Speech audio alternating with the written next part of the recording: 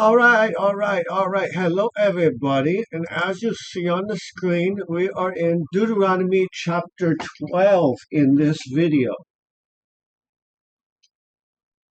Continuing on from what we've been learning so far in the previous videos leading up to this, with all the rules and regulations being established, all the ways that Yahweh wants the Jews to do things, we continue in this video.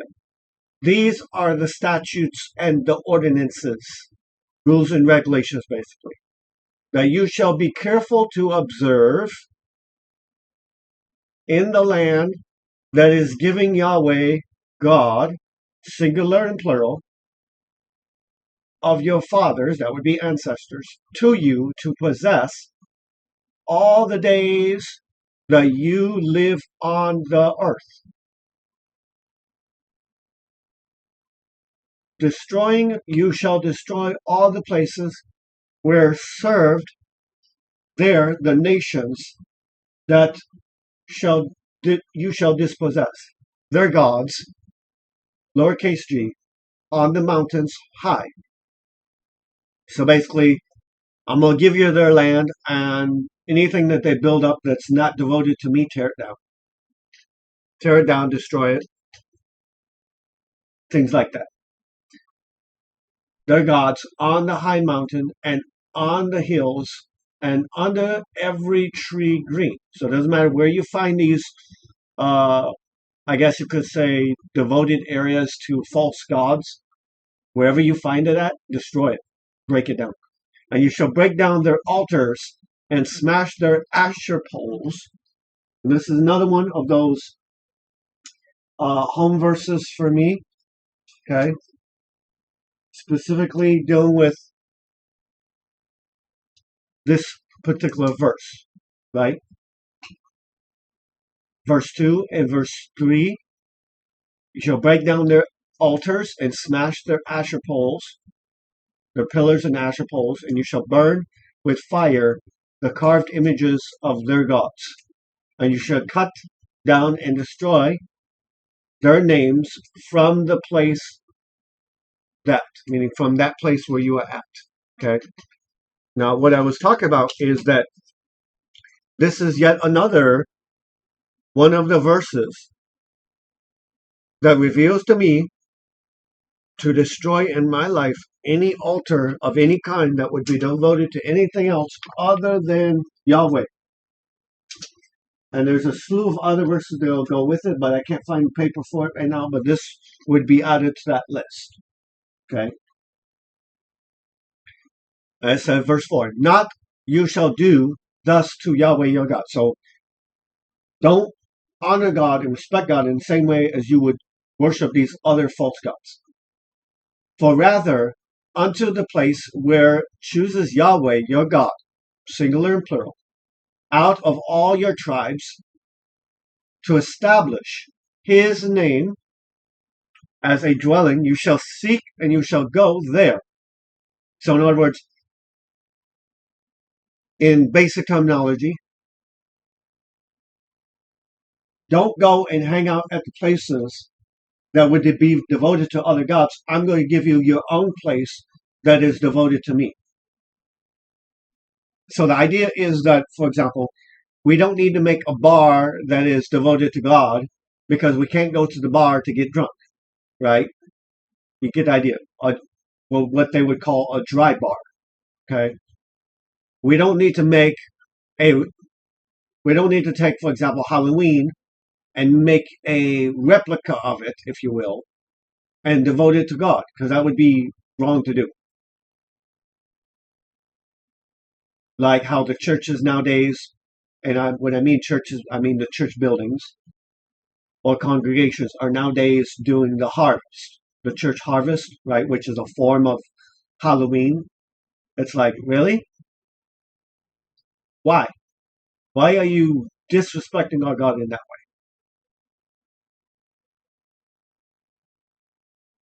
way? Yahweh is telling them in verse 5 that I'm going to give you a different place, a place that has not been corrupted, a place that has not been contaminated, a place that has not been brought down and corrupted and used for all sorts of ungodly things.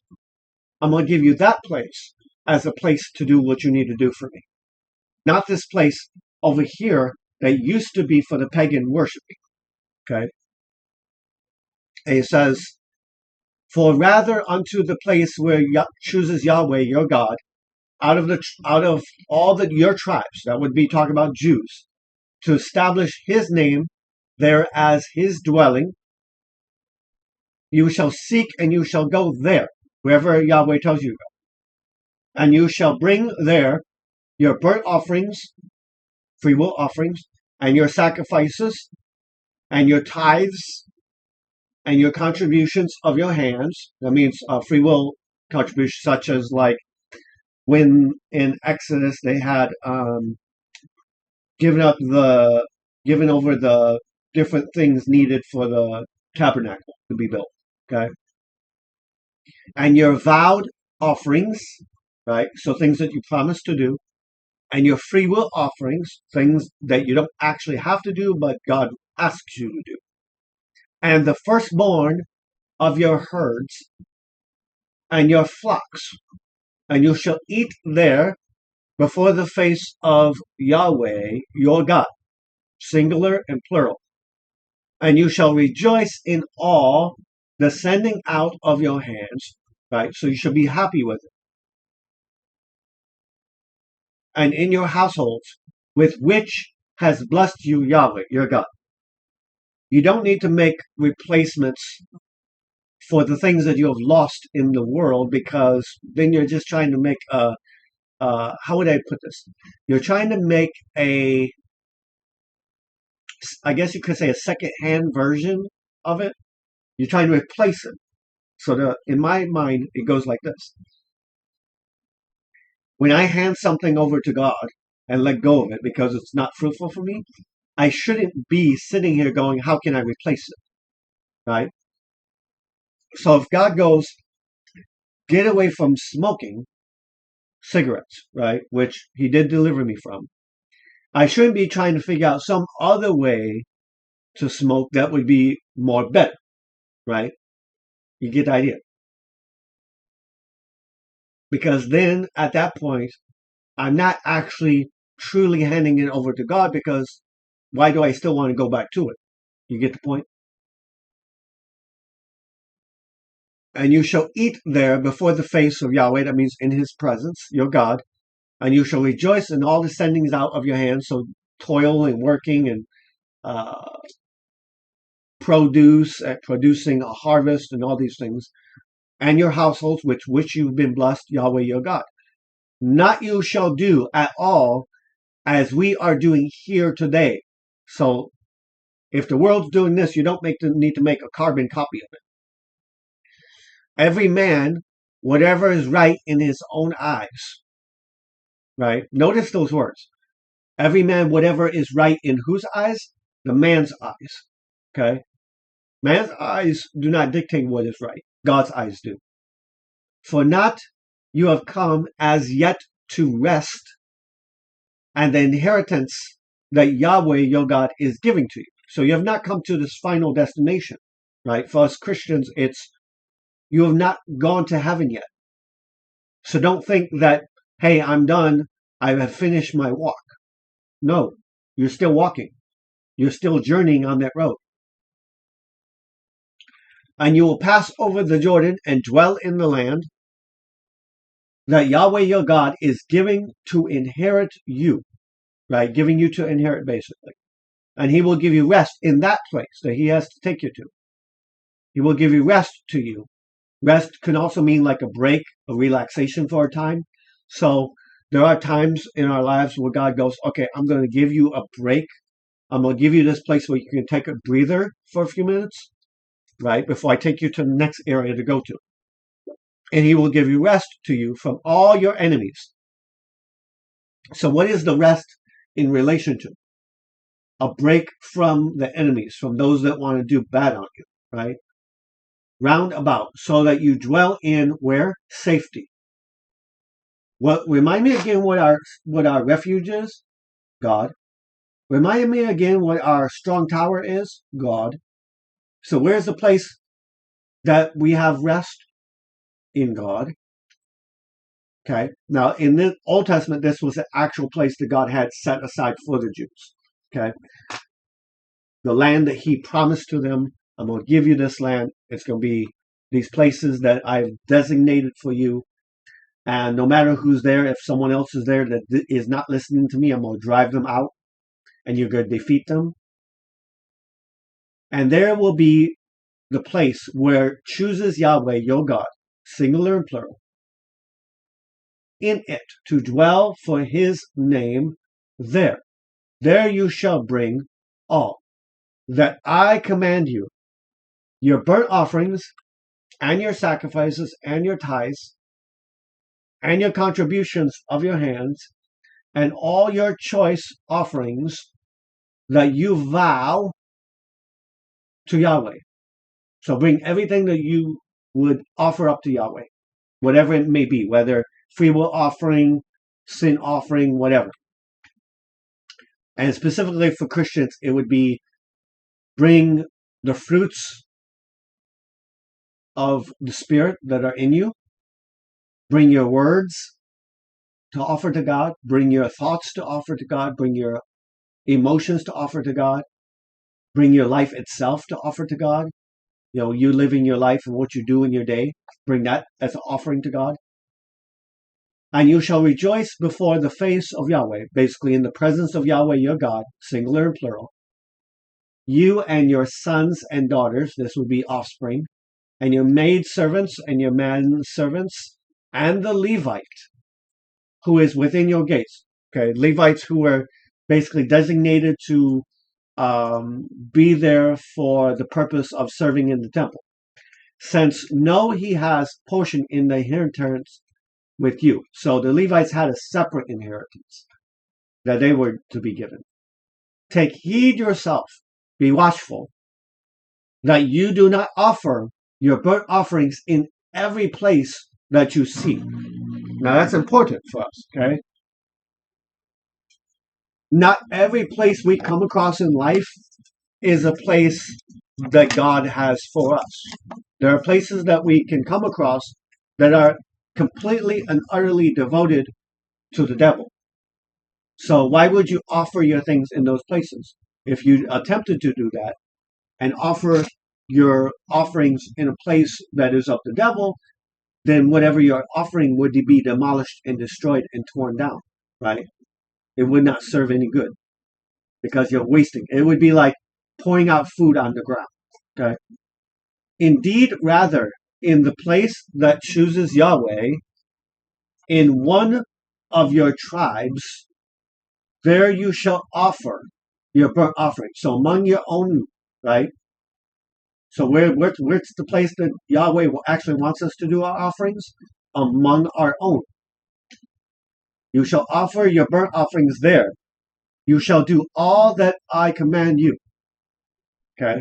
Now he's speaking to the Jews, so keep this in mind. Nevertheless, whatever desires your soul, whatever your soul desires, you may slaughter and eat flesh according to the blessing of Yahweh your God. So anybody who says in the Old Testament, you are not supposed to eat meat, well, guess what? Right there. Nevertheless, whatever you desire of your soul, you may slaughter. You can do it. And you can eat the flesh according to the blessing of Yahweh your God that he has given you within all your gates. The unclean and the clean may eat of it. So both clean and unclean people may eat of it, as the gazelle or as if alike the deer. Only not the blood you shall eat. So you can eat the flesh, but not the blood. Okay? You shall not eat the blood. Not you shall eat on the earth. You shall pour it like water out, basically. Get rid of it. Not you must eat within the gates the tithe of your grain. So things offered to God, don't be trying to take it back. Or the new wine of your oil. Things, again, offered to God. Don't be trying to take it back off the altar. We do that consistently. We like to put something on the altar. Hey, God, I devote this to you. oh, wait a minute, God, I thought I spoke too soon. Let me take it back. Or of the firstborn of your herd or your flock or of any of your offerings that you vow, or of the freewill offerings of the contribution of your hand. Indeed, rather, before the face of Yahweh, in the presence of Yahweh your God, you must eat them in the place that chooses Yahweh your God to eat in it. You and your sons and your daughters and your maidservants and your manservants and the Levite who is within your gates, and you shall rejoice or be happy for what you have in the presence of Yahweh, before the face of Yahweh, your God. Singular and plural. In all that which you put your hands, take heed to yourself, therefore. So you do not forsake what? The Levite, as long as you live.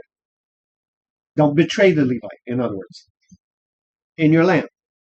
When enlarges Yahweh, your God, your border. So when God gives you more land, gives you more provisions, as he has promised to you, don't neglect the Levite and say, okay, I'm just going to give more, but the Levite stays the same.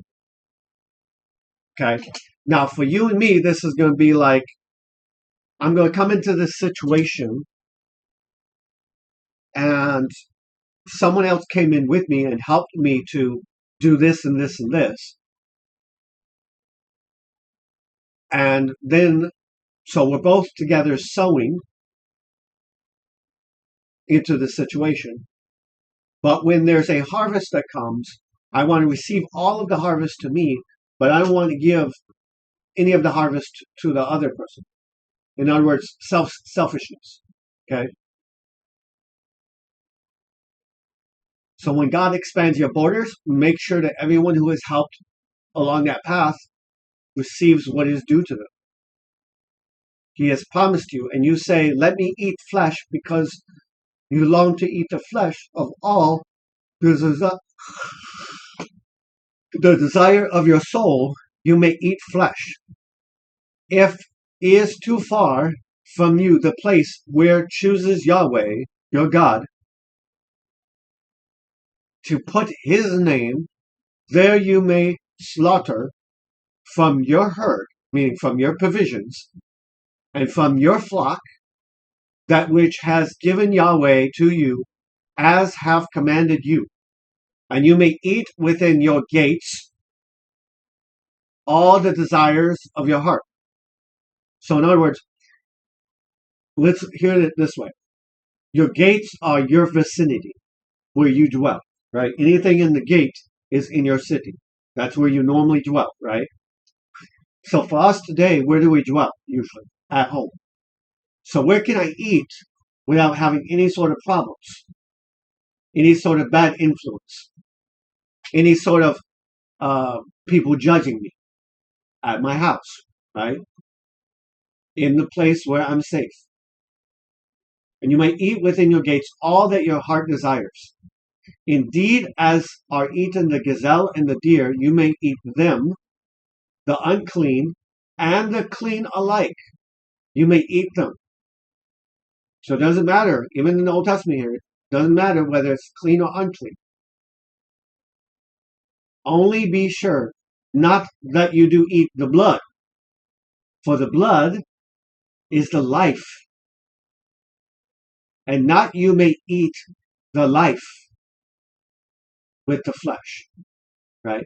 So when you see lions eating an animal while it's still alive, and you see a crocodile eating an animal while it's still alive, if we humans were doing that, it would be horrid at the very least. And we're not supposed to eat the blood. Okay. Now for you, this would be like digest blood, basically, like ingest blood, right? Not you shall eat it on the earth. You shall pour it out. You shall pour it like the water. Not you shall eat it, that it may go well with you. So why do you not eat it? So that it will go well with you. Well, what's in blood? A lot of diseases, a lot of different things. You digest blood, well, guess what? you're rolling the dice on what disease or what contamination you might get in your body.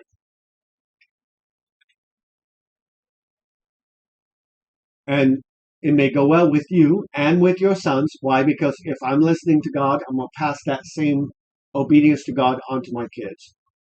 After you, when you do what is right in the eyes of Yahweh, right? So that it may go well with you. So the reason you listen to God is so that it goes well with you. After you have done what? After you have done what is right, according to what Yahweh determines what is right.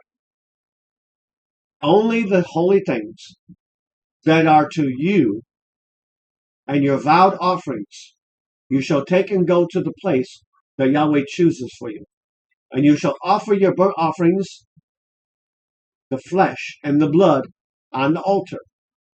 For you and me, it's whatever we choose to offer up to God of our lives. That's what's being offered up. Okay.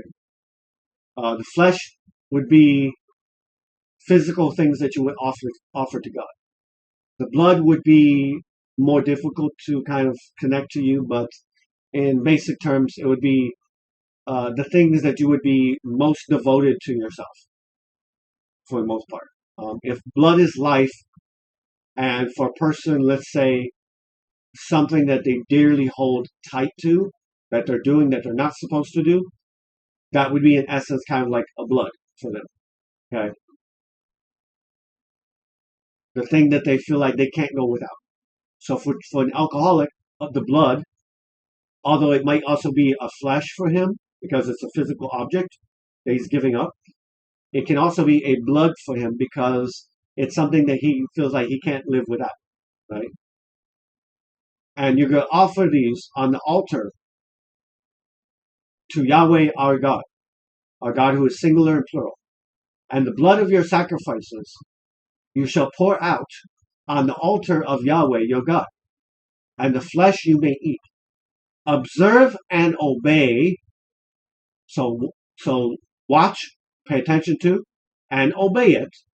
All of the words, these, that I command you, that it may go well with you and your sons after you, even to forever, when you do what is good and right. Right?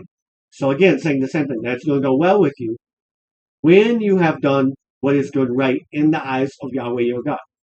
Now, I love how it says that repeatedly, that statement, because earlier we saw what is right in your eyes, right? But then now we see what is right in the eyes of God. So there's two sets of what is right. There's right in what man thinks is right, and then there's what God thinks is right. What man thinks is right is determined based on what man feels as well as circumstances. Today I might feel that eating pork is okay. Tomorrow I might feel like, oh no, eating pork is horrid for me to do, right? It changes, it shifts. God's right and wrong does not shift.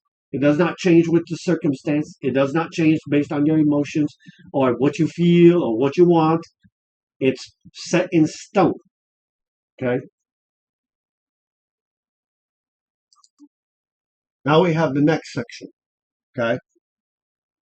When cuts off Yahweh your God, the nations that you go there to dispossess from before you, and you displace them and dwell in their land, take heed, meaning be watchful, that you are not ensnared, lured, to follow after what? They are destroying from before you, that you do not inquire after their God. So in other words, although you might live in their area, you don't need to follow after what they follow after. You don't need to join in on what they join in on. Okay? Saying, how did serve the nations these, their gods, and will do likewise I also. So in other words, take part in their nonsense.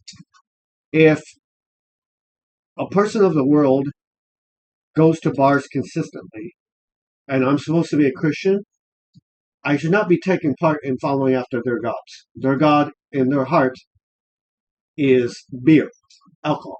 That's why they're going to the bar. It's partying. It's having fun, right?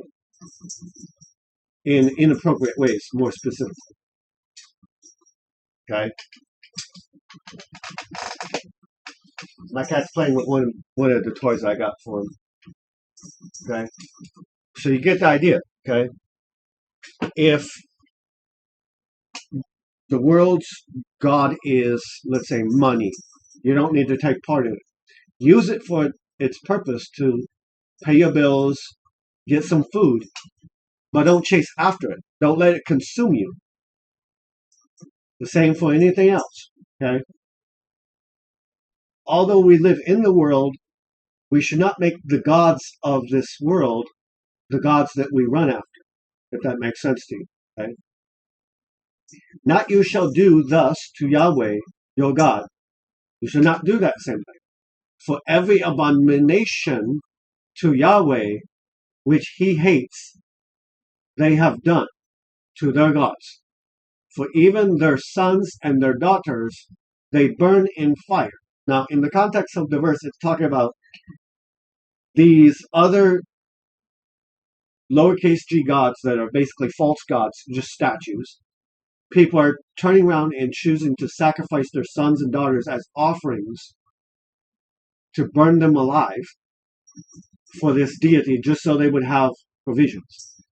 So you, being a Jew at this time, would not be allowed to be, you would not be allowed to even, God would be furious if you did it, obviously, and you're told not to do it, where it says right there, not you shall do this to Yahweh.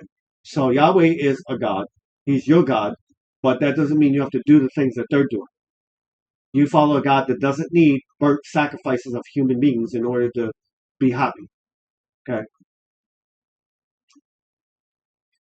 But I hope that at least made sense as far as how I put it towards the gods that we have of the world today, which is money, self-centeredness. Now that's another one, for example. Okay? One of the biggest gods in the world right now is me. And what I mean by that is self. Self-adoration, self-happiness, self-glorification is one of the biggest gods in the world today, right now. Okay? And it's one of the gods that is consuming everyone that it touches, including many, many Christians, piercing them with many pangs and troubles that they should not have to deal with if they had just listened to God. Because, why? They want to associate themselves with the things of the world. They want to associate themselves with things that are not of God. They want to associate themselves with, let me hang out with this ungodly thing, let me hang around with this ungodly thing, let me do this ungodly thing, let me do that ungodly thing. And then think that, oh, well, it's not going to corrupt or contaminate me in any way. And that would be horribly and ridiculously wrong. What you hang around with is what you soak up. If you hang around with cussing, eventually you're going to start cussing a lot. If you hang around with those that drink, eventually you're going to start drinking. If you hang around with those doing drugs, eventually you're going to start doing drugs. You get the idea, okay? And it says here in the last verse, the whole thing, whatever I command you, be careful to observe it. Not you shall add to it, and not you shall take away from it. Okay? Now, a lot of people like misquoting this verse and saying that it's, in this particular Old Testament verse, it's talking about that you do not add to the Bible. This does not talk about the Bible. This is the commands that are given to Jews. Okay? First of all, let's clarify something. This is something given to the Jews that they are not to add to the commandments that are handed down to them from Yahweh. So when you see later on the Pharisees and the Sadducees saying, you need to do this and you need to do that and you need to do this. And when it says you take the rules of mankind and turn them into the commandments of God. That would be an example of this particular verse, specifically in relation to Jews, because all this Old Testament stuff was for Jews. Now, yes, there are times when um, Gentiles and the sojourner and other such people would be involved in a lot of these verses. But in this particular context, no, this is Jews for the Jews. You shall not add to it, you shall not take away from it. Okay? So if God says, have no other gods before me, you can't turn around and go, oh, well, that just means you're not to have any other God before me except self-centeredness, or except this, or except that. So you get the idea. Anyway, guys, thanks for being here. Be blessed, and I'll see you at the next recording, Deuteronomy chapter 13.